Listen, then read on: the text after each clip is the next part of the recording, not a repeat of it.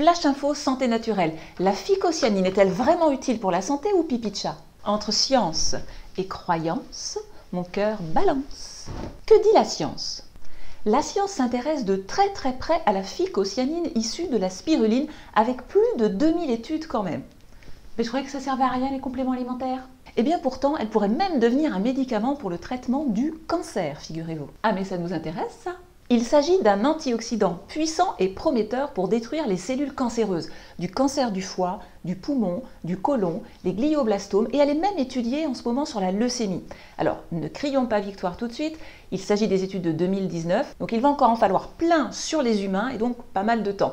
Mais ces bénéfices anti-cancer ont quand même été publiés dans la revue Nature. Et comme le dirait Idriss Aberkan, Nature, c'est pas pile gadget quand même. Selon la science, la phycocyanine de spiruline aurait un rôle anti-cancer en freinant la progression des tumeurs en permettant l'autophagie. Elle a une action anti-inflammatoire, elle agit sur le stress oxydatif et même sur certaines maladies auto-immunes. Elle limite les dommages sur l'ADN et les télomères, elle stimule les anticorps, elle protège le foie du stress oxydatif induit par l'alcool et même en cas d'hépatite, elle se lierait facilement aux ions des métaux lourds pour nous en débarrasser, elle est bénéfique pour les reins, elle montrerait même des effets bénéfiques sur le diabète en protégeant les cellules pancréatiques. Oh bah ça nous intéresse aussi alors. Bref, vous l'aurez compris, les études ne tarissent pas d'éloges sur ce bienfait de la nature. Pas de toxicité relevée dans les revues de littérature, mais pas encore de conclusion finale tant qu'ils n'ont pas reproduit ces études sur des humains. Et après, ils vont nous sortir un médicament. Mais ça n'existe pas déjà à l'état naturel.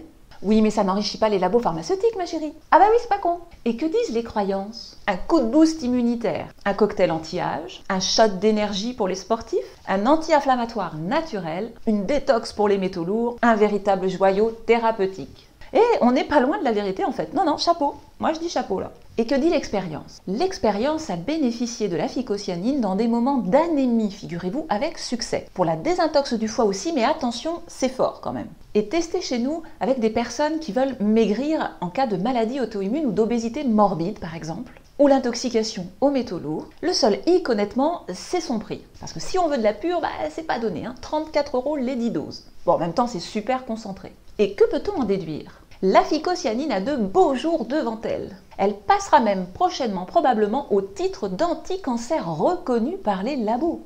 Félicitations! Et donc, non, c'est loin d'être du pipi de chat. Quelles sont nos recommandations? Tout d'abord, si vous êtes jeune et en bonne santé, je vois pas pourquoi vous en prendriez. En revanche, si vous avez plus de 40 ans et que vous voulez réduire les dégâts dus au stress oxydatif, ça veut aussi dire ralentir le vieillissement. Là, ça commence à être intéressant. Pour diminuer votre intoxication aux métaux lourds, pourquoi pas? Selon vos besoins et problématiques, on nous recommande 1 à 2 doses par jour. Et si vous avez une maladie auto-immune ou un cancer, parlez-en à votre médecin. Je vous mets les sources scientifiques sous la vidéo, vous les imprimez, vous lui donnez et qu'il se renseigne. Comme dirait un médecin généraliste que ma mère a consulté une fois, ça peut pas vous faire de mal. Bon du coup, je vais en prendre moi. J'ai plus de 40 ans, même pas loin des 50. Ah. C'est bleu et ça tâche. Je vois la vie en bleu. À la vôtre. Mais c'est bon en fait. Mais t'as déjà donné, c'est mieux pour la santé.